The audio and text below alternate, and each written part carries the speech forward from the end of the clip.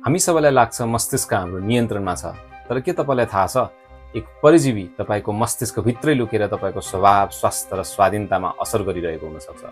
यो कुरा काल्पनिक जस्तो लाग्ला, तर यो वास्तविक हो। नमस्कार, म डाक्टर रेहन प्रधान, एमडी जनरल मेडिसिन विशेषज्ञ। आज हामी एउटा यस्तो परजीवी बारे कुरा गर्नेछौँ जुन हाम्रो मस्तिष्क कब्जा गरी हाम्रो स्वभाव परिवर्तन गरिरहेको हुन सक्छ, हाम्रो प्रतिक्रिया सुस्त बनाइरहेको हुन सक्छ र दुर्घटनाको जोखिममा पनि पारिरहेको हुन सक्छ। विश्वभर झन्डै 40 देखि 60% मानिसहरूमा यसको संक्रमण पाइन्छ। यो लुकेको सूक्ष्म जीव अरबौं मानिसहरूमा बिना कुनै लक्षण बसिरहेको हुन सक्छ।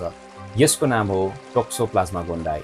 यो एक सूक्ष्म प्रोटोजोअल परजीवी हो जसको जीवन चक्र मुख्य रूपमा संक्रमित मुसा खाए पश्चात बिरालोको आन्द्रामा पूरा हुन्छ। मुसाहरू यसका इन्टरमिडिएट होस्ट हुन् भने हामी मानवहरू प्राय एक्सिडेन्टल होस्ट हौं। यसले मानवीय शरीरमा प्रवेश नपाकेको मासुको सेवन, बिरालोको मलले दूषित माटो र पानीको सम्पर्कबाट गर्छ। यो केही दिनको तीव्र चरण पार गरेर ल्याटेन्ट स्टेजमा जान्छ र हाम्रो मस्तिष्कमा जीवनभर लुकेर बस्न सक्छ। सामान्यतया यसले कुनै लक्षण देखाउँदैन, तर रोग प्रतिरोधात्मक क्षमता कमजोर भएमा यो पुनः सक्रिय भई रेटिना र मस्तिष्कको घातक संक्रमण निम्ति आउन सक्छ, जसको जोखिम HIV संक्रमितहरूमा बढी हुन्छ। पहिले यसलाई मस्तिष्कको शान्त अतिथि सरह मानिन्थ्यो, तर पछिल्ला अनुसन्धानहरूले फरक कथा सुनाउँछन्। तर परजीवीले व्यवहारमा प्रभाव कसरी पार्छ? सामान्य रूपमा मुसा बिरालोको गन्धबाट डराउँछ, तर टोक्सोप्लाज्मा संक्रमित मुसाहरू उल्टै बिरालोको गन्धप्रति आकर्षित हुन्छन्। यसलाई घातक आकर्षण अथवा फेटल एट्र्याक्सन फेनोमेनन भनिन्छ। यस्तो घातक व्यवहारले मुसालाई सजिलै बिरालोको शिकार बनाउँछ र यसरी परजीवीले आफ्नो जीवनचक्र पूरा गर्छ। यो हो परजीवीले होस्टको व्यवहार नियन्त्रण गर्ने सबैभन्दा रोचक र डरलाग्दो उदाहरण। र यसले हामी मानवमा यसको प्रभाव कति गहिरो हुन सक्छ भन्ने बारे गम्भीर प्रश्न पनि उठाउँछ। आखिर मानिस र मुसाको DNA 90% हिस्सा उस्तै छ। डाक्टर जारोस्लेव फ्लेजर, एक इभोल्युसनरी बायोलोजिस्ट, दशकौंसम्म टोक्सोप्लाज्माको अध्ययनमा लागिरहे। उनी आफैलाई कहिलेकाहीँ असामान्य रूपमा निडर र लापरवाह महसुस गर्थे र शङ्का गर्थे सायद उनको यो सोच कुनै परजीवीले नियन्त्रण गरिरहेको छ कि। उनका अध्ययनमा संक्रमित मानिसहरूले प्रतिक्रिया दिन ढिला गरिएको देखियो। अर्को अध्ययनले देखाएको छ कि ल्याटेन्ट संक्रमण भएका सवारी चालकहरू दुर्घटनामा पर्ने सम्भावना झन्डै दोब्बर हुन्छ।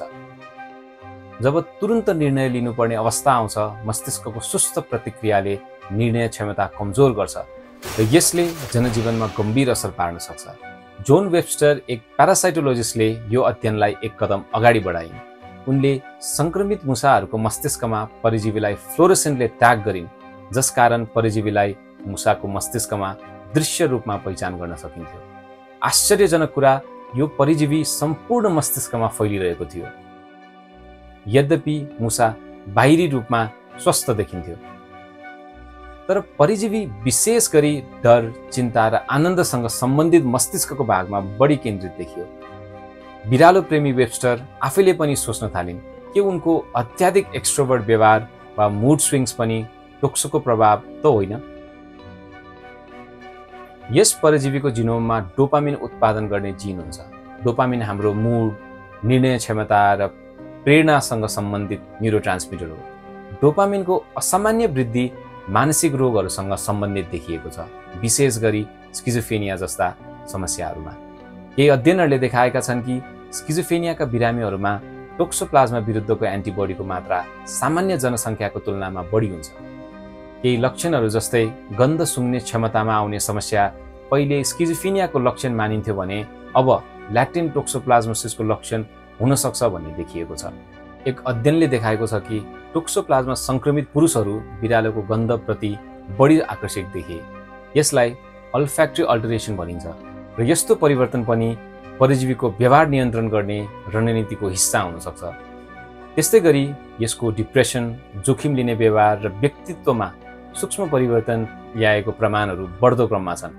यी परिवर्तनहरू व्यक्तिगत रूपमा साना लाग्न सक्छन्, तर जब लाखौं मानिसहरूमा यसको प्रभाव पर्छ, त्यसको सामाजिक असर गहिरो हुन सक्छ। गर्भवती महिलाका लागि यो अझ खतरनाक हुन्छ। गर्भावस्थामा संक्रमण भएमा परजीवी सालबाट बच्चामा सर्न सक्ने सम्भावना हुन्छ। यसलाई कन्जेनाइटल टोक्सोप्लाज्मोसिस भनिन्छ, जसले गर्भपतन, अन्धोपन, मानसिक मन्दता, मृगी वा छारे रोग जस्ता गम्भीर समस्याहरू निम्ति आउन सक्छ। अब कुरा गरौँ बच्ने सजिला र प्रभावकारी उपायहरू बारे। मासु राम्रोसँग पकाएर मात्र खानुहोस्। मासुलाई पकाउनु अघि केही दिन डिप फ्रिजमा राख्दा टोक्सोप्लाज्माको जोखिम न्यूनतम हुन्छ। फलफुल तथा तरकारी राम्ररी धोएर मात्र खानुहोस्। दूषित पानी नपिउनुहोस् र माटो चलाउँदा वा काँचो मासु छोएपछि हात राम्ररी धुनुहोस्। बगैँचाको काम गर्दा पन्जा लगाउनुहोस्। बिरालोको मलको फोहोर दैनिक रूपमा सफा गर्नुहोस्। बिरालोको मलबाट परजीवी बाहिर निस्किएको 1 देखि 5 दिनपछि मात्र संक्रमण गराउन सक्छ। त्यसअघि सफा गरेमा जोखिम घट्दछ। गर्भावस्थामा बिरालोको मल नछुनुहोस्। बिरालोलाई घरभित्रै राख्नुहोस् र काँचो मासु नखुवाउनुहोस्। के तपाईले कहिले टम एन्ड जेरी हेर्दा सोच्नु भएको छ किन घरको मालिक सधैँ रिसाइरहन्छ? के त्यो केवल कार्टुनको हास्य मात्र हो त? कि त्यो अप्रत्याशित रिस, ती भावनात्मक विस्फोटहरू पनि कसैको सूक्ष्म प्रभाव हो? सडक सुरक्षादेखि मानसिक स्वास्थ्यसम्म, व्यक्तिगत व्यवहारदेखि सामाजिक रूपान्तरणसम्म टोक्सोप्लाज्मा एक अत्यन्त चतुर र अदृश्य खेलाडी हो। यसको व्यवहारमा प्रभाव पार्ने अद्भुत क्षमता हुँदाहुँदै पनि यो सम्भवतः सबैभन्दा कम महत्त्व दिएको सार्वजनिक स्वास्थ्य समस्या हुन सक्छ। वास्तवमा यदि सबै असरहरू जोड्ने हो भने यसले हरेक वर्ष लाखौं ज्यान लिने मलेरिया जत्तिकै खतरनाक हुन सक्छ। हाम्रो मनले हाम्रो जीवन व्यक्त गर्छ र त्यही मन पनि अदृश्य प्रभावहरूबाट भने मुक्त हुँदैन। के टोक्सोप्लाज्मा हाम्रो व्यवहारको लुकेको खलनायक हो त? प्रतिक्रिया दिन ढिला नगर्नुहोस्।